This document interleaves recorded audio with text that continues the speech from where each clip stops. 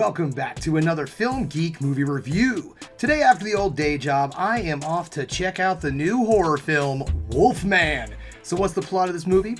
Well, it tells the story of a family who is going out for a little weekend getaway, to the best of my knowledge. That's what it looks like. And when you know it, the dad gets bit by a god darn werewolf, and then the transformation occurs. This film is brought to us by Blumhouse, and of course, if you follow the channel, you know exactly how I feel about Blumhouse films. There's a hell of a lot more misses than hits when it comes to those guys for me, but I'm giving this an open mind because this film is directed by Leigh Whannell, who directed The Invisible Man, and that movie actually was pretty good. And I'm not 100% sure, in all honesty, if this is supposed to be a remake of the original Wolfman from back in the 50s. I think it is. I don't know exactly how this all worked out, because I know Universal was trying to give birth to the Universal Monsters again back when they did that piece of crap, The Mummy, and this might have been something that was left over from it. I'm not 100% sure, but it does look pretty interesting to me, and I do love a good werewolf movie. So it's enough of me sitting here jibber-jabbering on. It is time for me to get out the door because, number one, I gotta go to work, and then I'm off to check out Wolfman.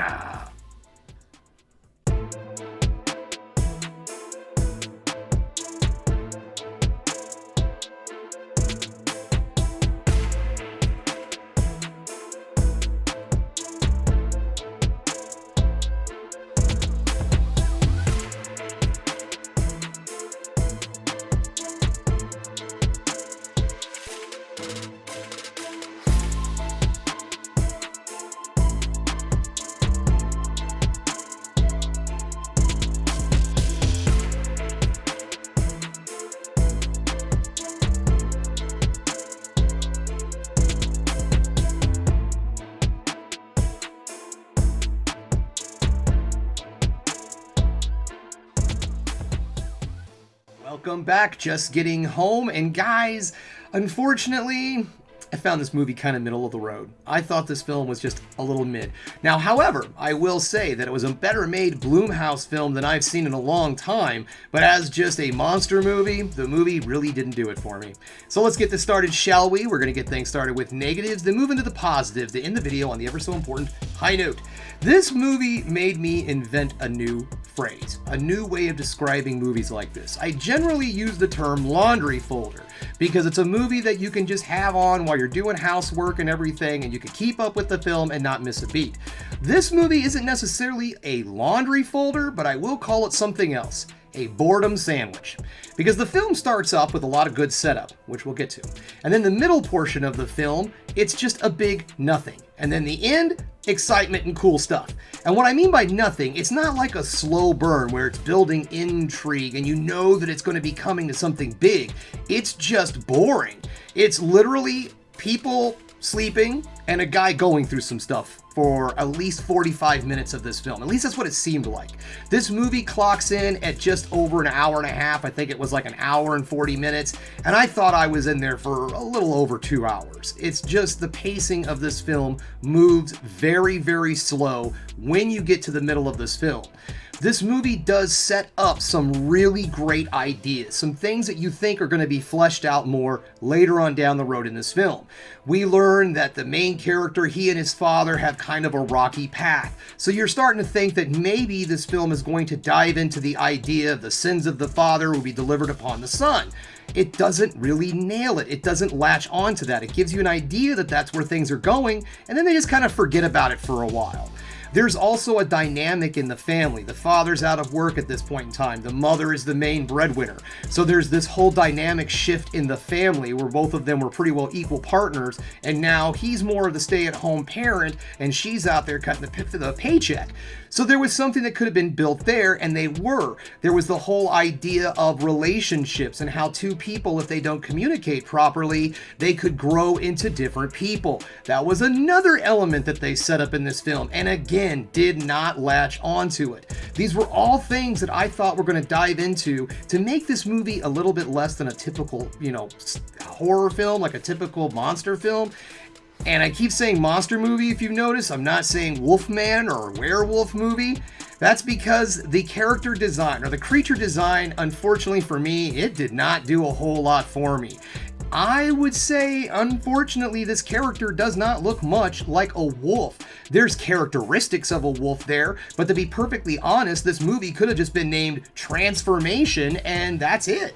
There was no real latching down to the Wolfman lore or anything of that sort, or giving any reason for this. Generally in films like this, if we're not going to get into the old lore of the Wendigo and so on and so forth, it dives into more of an allegory or metaphorical horror. This movie does not do that. It stays right there in a werewolf movie. It just lingers around forever that you start to kind of wonder if you really were watching a werewolf movie.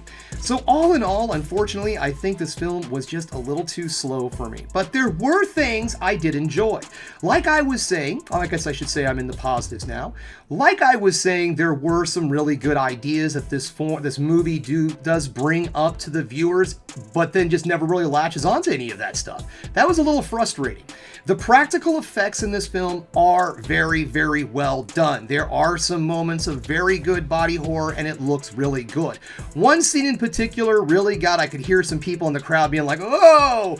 But unfortunately, the entire scene was lost for me because it was just kind of the end of the whole thing, the way it wrapped up. Like, what is happening and what people are witnessing in front of their eyes is enough to make you just turn tails and run like hell. You know, just that's what is going on. But that's not what happens. They're just kind of like, oh, wow. That was wild. And that was not that great of a little scene, but the special effects that were in that moment were actually quite good and well done. The creature design might not have been what I wanted, but it still looked pretty good. It wasn't terrible makeup or anything like that. It just didn't give the creature enough of a defined werewolf look in order for me to say, yep, this is a werewolf movie. And I don't mean that you have to do something like American Werewolf in London or something like that, but give me some indication that this is a freaking werewolf. I'm sorry, I went back into the negatives. That happens from time to time. Let's keep it with the positives. As I was saying, a lot of great concepts were brought up in this film. There was a moment that I really, really enjoyed, and they would do this thing that they go back and forth between the husband and wife, or the child and the father. And they would show things from the perspective of the humans, and then it would switch around and show things from the perspective of the monster, and transforming, and how this is affecting his communication and his speech. And while all of that was really intriguing, it just kind of lagged on a little too long. But there was really good stuff that was there. It just wasn't fully cooked. And I think that was the problem with this movie, was it just felt like it needed a little bit more. And all in all, despite the fact that I did enjoy those neat little effects, like I said, they go into a really cool difference of showing what he's going through from his perspective and what the family, the mother and the child are going through from their perspective. And I thought that was a really neat design. And the special effects did look good. The makeup for what it was, it did look good, even if it didn't necessarily look like a werewolf. All in all, guys, I would have to say that this film has a pretty weak story, weak character development. You really don't get to know the characters too awful well in this film. But all in all, I would say if this film was streaming, it wouldn't have been that bad of a movie. And also, like I keep saying, like I said at the beginning, this might be my favorite, my favorite Blumhouse movie by any means, but it's definitely better than the Blumhouse movies I've seen since Megan. So if you're interested in something like that, by all means go check this movie out in theaters, but in my personal opinion, I would say wait for this sucker to show up on a streaming service. Not that it's a bad watch, I just don't think you're going to get your money's worth out of this film. So that's all I have for you today, guys. Thanks again for checking out the Film Geek. If you liked what you saw here today, go ahead and subscribe to the channel, ring that bell for notifications, and give me the old thumbs up so I know you like what you're seeing.